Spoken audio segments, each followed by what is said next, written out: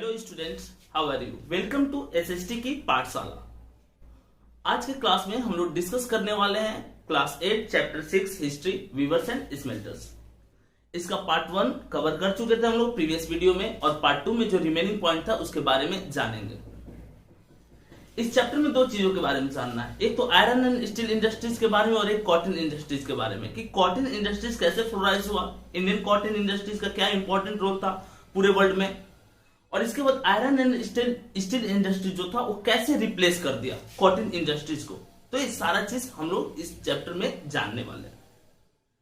Cotton industries का जो maximum point था वो प्रीवियस वीडियोस में कंप्लीट किए थे, लेकिन उसके बाद भी कुछ क्वेश्चंस बेस्ड पॉइंट्स बच गए थे, तो उसको चलिए डिस्कस करते हैं। इंडिया किस चीज के लिए जाना जाता था? इंडिया अपने अच्छे क्वालिटी फाइन क्वालिटी के कॉटन के लिए जाना जाता था। इंडिया के बहुत सारे ऐसे स्टेट थे जहां पे स्पेशलाइज्ड वीवर्स रहते थे। उन वीवर्स को क्या कहते थे? स्पेशलाइज्ड स्टेट्स का मतलब कि महाराष्ट्र हो गया, अगर बात करेंगे गुजरात हो गया, some part of West Bengal. तो इन रीजन में किस तरह के वीवर्स रहते थे, उनका नाम क्या था? ठीक है, डिफरेंट वीवर्स कम्युनिटीज, अलग अलग वीवर्स कम्युनिटी रहती थी। अब एक वन मार्क क्वेश्चन है कि टांटी वीवर्स जो थे, टांटी नाम है, तो ये वीवर्स का नाम है, वो कहां से बिलोंग करते? तो बंगाल वाले रीजन थे। बंगाल क्यों? क्योंकि उस टाइम बांग्लादेश और आपका वेस्ट बंगाल दोनों कॉम्बाइन था, बंगाल डिवाइड नहीं हुआ था, वो 1905 में डिवाइड हुआ था। जुल्हाज और मोमिन की अगर बात करें तो weavers of North India, North India में जुल्हाज या मोमिन कहा जाता है, स्पेशली उत्तर प्रदेश, ठीक है, Bihar and some part of Punjab and Haryana. तो जुल्हाज और मोमिन वीवर्स ऑफ नॉर्थ इंडिया। अब हम सेल, काइकोलर और देवांग की बात करेंगे तो साउथ इंडिया की वीवर्स कम्युनिटी है। तीन वीवर्स कम्युनिटी, एक बंगाल, जुलाज और मोमिन्स नॉर्थ इंडिया, सेल, काइकोलर और देवांग साउथ इंडिया की वीवर्स कम्युनिटी है। ठीक है, अब नेक्स्ट आपका पॉइंट दे रहा है कि स्पून करने के लिए जो थ्रेड होते थे उसको स्पून करने के लिए एक डिवाइस होती थी, ट्रेडिशनल डिवाइस, जिसका नाम चरखा था। ठीक है, चरखा, और यहाँ पे देखिए चरखा और टकली किस चीज के लिए यूज होता था? तो स्पूनिंग के लिए यूज होता था। ये वही मेन, और स्पूनिंग में मैक्सिमम कौन इन्वॉल्व रहते थे? वुमेन लोग इन्वॉल्व रहते थे। प्रीवियस वीडियोस में हम लोग देखे कि जो वुमेन रहती है, जब जॉन के ने स्पिनिंग जेनी बनाया तो उसको तोड़ डाली, क्योंकि उससे क्या होता था कि बहुत सारे लोगों का एम्प्लॉयमेंट खत्म हो गया। तो ये चरखा और टकली क्या होता था? ट्रेडिशनल इक्विपमेंट्स हम कह सकते हैं, जिससे कम अमाउंट में थ्रेड्स बनते थे, स्पून होते थे। ये क्या था? तो हाउस होल्ड स्पिनिंग इंस्ट्रूमेंट्स था, मतलब एक छोटा से, और हर घर में ऐसे स्पूनिंग वाला वर्क होता था। ठीक है, अब थ्रेड को डाई करने के लिए स्पेशलिस्ट होते थे। जो थ्रेड को डाई करते थे उनको रंगरेज कहा जाता था। Thread was dyed by a dyer known as रंगरेज। तो जो थ्रेड को डाई करते थे उनको क्या कहा गया है? रंगरेज कहा गया। थ्रेड को डाई करने वाले को रंगरेज कहा गया। Specialist block printers known as चिपीगार्स। ये वन मार्क क्वेश्चन आ सकता है, ठीक है, या एमसीक्यू में दे सकता है। तो स्पेशलिस्ट जो ब्लॉक प्रिंटर्स होते थे, जिससे कि अलग अलग तरह की आपको डिजाइन देखने को मिलता था क्लोथ पे, तो चिपीगार्स का वर्क होता था। ठीक है, और थ्रेड को डाई करते थे कौन? और रंगरेज करते थे। अब इसके बाद आपका नेक्स्ट पॉइंट है the decline of the Indian textile. Indian textile क्यों डिक्लाइन हो गया? उसका मेन रीजन क्या था? क्या कारण था कि इंडियन टेक्सटाइल डिक्लाइन हुआ? तो इंडियन टेक्सटाइल के डिक्लाइन करने में बहुत सारे रीजन है। उसमें से फर्स्ट पॉइंट है कि इस टाइम में ब्रिटेन में कॉटन क्लॉथ इंडस्ट्री सेटअप हो गई थी। ब्रिटेन में क्या सेटअप हो गई थी? कॉटन क्लॉथ इंडस्ट्री सेटअप हो गई थी। और ब्रिटेन के कॉटन क्लॉथ इंडस्ट्री जो थे वो काफी ज्यादा फेमस था। ब्रिटेन का कॉटन क्लॉथ इंडस्ट्रीज काफी ज्यादा फेमस था। अलग अलग रीजन में प्रोडक्शन कर रहे थे। ठीक है, अलग अलग रीजन में क्या कर रहे थे? प्रोडक्शन कर रहे थे। तो जो बंगाल की थ्रेड कंपनी थी, ठीक है, यहाँ पे क्या है? इंग्लैंड में किस तरह की तो इंडस्ट्री सेटअप हो चुकी थी, और इंडस्ट्री किस चीज से रिलेट हो रही थी? वो इंडस्ट्री रिलेट हो रही थी, कॉटन प्रोडक्शन कर रही थी, और लास्ट नंबर में कॉटन प्रोडक्शन कर रही थी। उसके प्राइस भी कम रहते थे। तो ये सब कुछ मेन रीजन थे जिसके चलते क्या हो गया कि जो इंडियन टेक्सटाइल था वो डिक्लाइन हो गया, क्योंकि इंडियन टेक्सटाइल के प्राइस ज्यादा रहते थे, जबकि बंगाल में जो प्रोडक्शन जो इंग्लैंड में प्रोडक्शन होता था, ठीक है, तो इंग्लैंड के प्रोडक्शन का जो मशीन मेड गुड्स का जो प्राइस होता थे वो काफी कम होता था। मशीन मेड गुड्स का प्राइस क्या होता था? काफी कम होता था। और जो आपके इंडियन के हैंडमेड क्लोथ्स का प्राइस होता था वो काफी ज्यादा होता था। तो एक तो प्राइस कम होने के चलते लोग अट्रैक्ट होते थे उनके गुड्स पे। एक फर्स्ट रीजन था। सेकंड रीजन था कि इंडियन जो वीवर्स थे, जो क्लोथ्स बनाते थे, इनको रॉ मटेरियल ज्यादा प्राइस में मिलते थे, जबकि ब्रिटिशर्स को रॉ मटेरियल्स कम प्राइस में मिलते थे। थर्ड पॉइंट है कि जब इंडियंस उस चीज को, जो इंडियन हैंडमेड वीवर्स जो है वो बनाते थे अगर किसी चीज को, तो उस चीज को इंडिया में लोग नहीं परचेज करते थे क्योंकि उसके प्राइस ज्यादा होते थे। उसकी डिमांड थी यूरोपियन मार्केट्स में, एरिस्टोक्रेट्स यानी कि अपर क्लास वाले वहां के खरीदते थे इस चीज को। लेकिन जब इंग्लैंड के जो वहां के लोकल प्रोड्यूसर्स थे, वीवर्स थे, उन्होंने एक तरह से क्या कर दिया, रिवॉल्यूशन कर दिया। उन्होंने अपने कंट्री के जो गवर्नमेंट थी उससे डिमांड किया कि किसी भी तरह की इंपोर्ट गुड्स जो है, कॉटन, टेक्सटाइल्स या कोई भी गुड्स, वो इंडिया से इंग्लैंड में ना आए, इंडियन वीवर से बना करके इंग्लैंड को प्रोवाइड करेंगे। तो इस सेंस में ब्रिटिश गवर्नमेंट जो था इंपोर्ट ड्यूटीज काफी ज्यादा कर दी।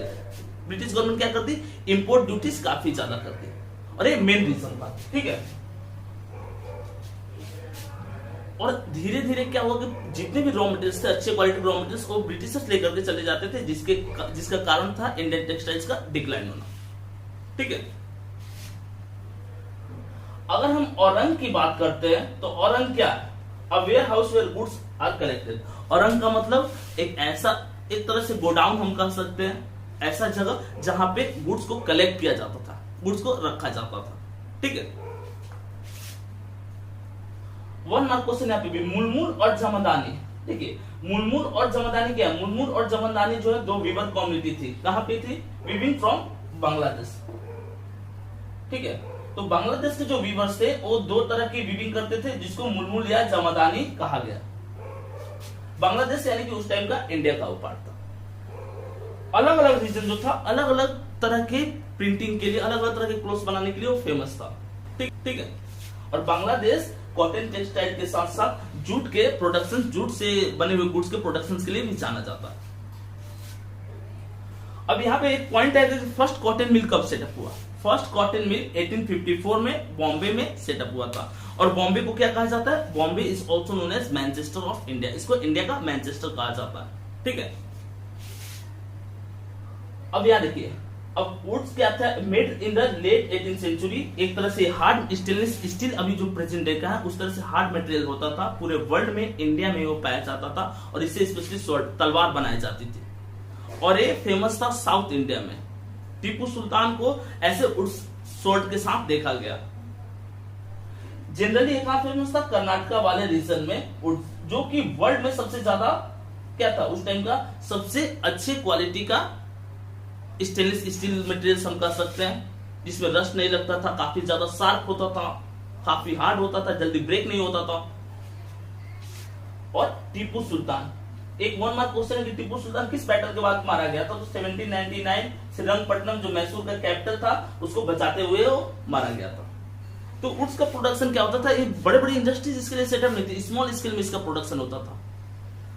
छोटे छोटे जो क्राफ्टमैन थे वो स्मॉल स्केल में इसका प्रोडक्शन करते थे, चारकोल और आयरन को मिक्स करके। ठीक है, बिलोज का मतलब पंपिंग के लिए, जैसे कि स्मेल्टर्स जो थे किसी चीज को, चारकोल को बर्न करने के लिए, हीट प्रोवाइड करने के लिए, पंपिंग के लिए जिस डिवाइस का यूज करते थे उसको बिलोज कहा जाता था। और वुमेन जो थी वुड इंडस्ट्रीज में इसी बिलोज वाले वर्क करती थी। ठीक है, एयर पंप करती थी ताकि इजिली चारकोल बर्न हो जाए और हीट प्रोवाइड हो जाए। अब अलग अलग नेम देखिए, यहाँ पे भी वन मार्क क्वेश्चन पूछता है, एनसीईआरटी में भी पूछा हुआ है, अलग अलग नेम था, क्योंकि तीन ही स्टेट फेमस रहेंगे साउथ इंडिया में, तमिलनाडु, कर्नाटका एंड आंध्र प्रदेश। तो इन रीजन में क्या कहा जाता था, कन्नड़ में जो वुड्स थे, स्पेशल स्टेनलेस स्टील मटेरियल्स, उसको उक्कू कहा जाता था, तेलुगु में उसको हुक्कू कहा जाता था, और तमिल एंड मलयालम, मलयालम कहाँ का, तो केरला का लैंग्वेज है, तमिलनाडु का हुआ तो उरुक्कू उसको कहा जाता था। कन्नड़ कर्नाटका में उक्कू, और आंध्र प्रदेश और तेलंगाना वाले रीजन में हुक्कू, तमिल और मलयालम में उरुक्कू कहा जाता था। किसको कहा जाता था, तो वुड्स को कहा जाता था। ठीक है, डिक्लाइन ऑफ वुड्स इंडस्ट्रीज। अब ये वुड्स इंडस्ट्री जो थी वो क्यों डिक्लाइन हो गई, ठीक है, इसके डिक्लाइन होने का मेन कारण क्या था, तो इसके डिक्लाइन होने का मेन रीजन था सबसे पहले कि जैसे कॉटन टेक्सटाइल के लिए रॉ मटेरियल जो था वो ब्रिटिशर्स लेते जाते थे, तो जो मिड 19th सेंचुरी के आसपास वर्ल्ड के डिफरेंट कॉलोनियल नेशन में ब्रिटिशर्स ने जो सेटअप किया रेलवेज को, उसके लिए उनको लॉट ऑफ अमाउंट में क्या चाहिए थी, आयरन, और वो इंडिया के आयरन को अपने कंट्री ले जाते थे। डिफरेंट रिक्वायरमेंट को फुलफिल करने के लिए। सेकेंड पॉइंट की इस टाइम फॉरेस्ट एक्ट आ गया था, जिसके अकॉर्डिंग फॉरेस्ट में ट्राइबल पीपल को या लोकल पर्सन को एंट्री बैन कर दिया गया था। चारकोल जो होते थे वो फॉरेस्ट से ही लाते थे, अगर किसी को अलाउ करते भी थे तो हाई प्राइस लेते थे चारकोल यानी कि लकड़ी लेकर के आने के लिए। तो इन सब चीजों को देखते हुए इसमें प्रॉफिट ज्यादा नहीं रहा, तो लोग जो वुड्स इंडस्ट्रीज में इन्वॉल्व थे अलग अलग ऑक्यूपेशन को चूज कर लिए, क्योंकि आयरन इनके पास अच्छे क्वालिटी के रहे नहीं, ब्रिटिशर लेकर चले जाते थे, और चारकोल को इनके पास था नहीं। तो ये मेन रीजन था जिसके चलते वुड्स इंडस्ट्री जो थे वो डिक्लाइन हो गई। इतने अच्छे मटेरियल्स होते थे कि माइकल फैराडे जो उस टाइम इंग्लैंड के बड़े साइंटिस्ट थे, उन्होंने इस पे 4 साल तक रिसर्च किया, पर वो नहीं फाइंड आउट कर पाए कि इतना अच्छा और इतने मतलब फाइन क्वालिटी ये बना कैसे। और एक कौन करते थे, इंडिया के नॉर्मल जो क्राफ्टमैन थे वो छोटी छोटी झोपड़ियों में, आप देख सकते हैं एनसीईआरटी में दिया हुआ है, वहां पे ऐसे काम करते थे। अग्रियास, देखिए अग्रियास किसको कहा गया, 1 मार्क क्वेश्चन है, कीवर्ड भी दिया हुआ है। अग्रियास का मतलब एक ट्राइबल कम्युनिटी थी जो राजहारा हिल्स, कहां पे, छत्तीसगढ़ में, वहां पे रहती थी। जब 2 पर्सन, ठीक है, जाते हैं सर्वे करने के लिए, एक अमेरिका के जियोलॉजिस्ट थे, एक दारोजी टाटा थे, सर्वे करने के लिए कि कहां पे हम आयरन और स्टील इंडस्ट्रीज को सेटअप कर सकते हैं, तो वो पहले छत्तीसगढ़ के राजहारा हिल्स को देखते हैं। लेकिन वहां पे किसी भी इंडस्ट्रीज को सेटअप करने के लिए वाटर की रिक्वायरमेंट होती है, ट्रांसपोर्ट सिस्टम अच्छे चाहिए, पावर सप्लाई चाहिए, तो वो सारी फैसिलिटीज वहां पे नहीं थी और डेवलप भी नहीं कर सकते थे माउंटेनियस रीजन में, इसलिए फिर वो दूसरे जगह का सर्वे किए। फिर उस टाइम का बिहार, अभी का झारखंड, साक्षी एक जगह था जो कि ट्रांसपोर्ट सिस्टम से भी बेस्ट था, नागपुर कोलकाता लाइन से ज्यादा डिस्टेंस पे नहीं था, 30 किलोमीटर अप्रॉक्स था। सोडरेखन रिवर जो थी पास में फ्लो करती थी, और आयरन भी नियर अबाउट उसका रॉ मटेरियल्स था, पास में ही पाया जाता था। तो इसलिए उन्होंने साक्षी में जमशेदपुर यानी कि टाटा इंडस्ट्रीज को सेटअप किया, टिस्को को सेटअप किया, और उसके बाद उसका नाम टाटा नगर या जमशेदपुर हो गया। ठीक है, टिस्को को कब सेटअप किया गया था, टिस्को को full form Tata and iron steel industries, और इसको सेटअप किया गया था 1907 में।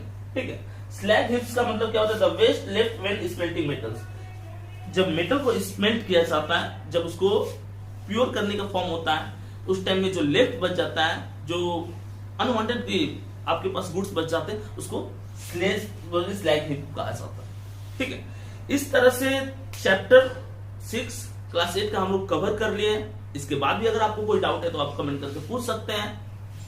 अगर आपको एसएसटी से रिलेटेड किसी भी तरह का कोई भी डाउट है या कोई टॉपिक समझना है, जानना है, तो आप हमारे टेलीग्राम चैनल को ज्वाइन कीजिए, डिस्कशन ग्रुप को कीजिए, वहां पे हम लोग क्वेश्चन आंसर सेशन करते हैं। दूसरी बात की, अगर आप परफेक्ट प्रिपरेशन करना चाहते हैं, चाहे आप बोर्ड अपियरिंग स्टूडेंट हैं, तो आप हमारे ऐप को जरूर डाउनलोड करें, क्योंकि उसमें अलग अलग तरह के एमसीक्यू क्वेश्चन, ठीक है, टेस्ट सीरीज अवेलेबल कराया गया है। आपके स्पेशल डाउट्स के लिए, आपकी अगर डाउट्स हो तो उस पर वीडियोस भी बना सकते हैं हम लोग। तो आप हमारे साथ जुड़िए अपने परफेक्ट प्रिपरेशन के लिए। चलिए मिलते हैं नेक्स्ट वीडियो के साथ।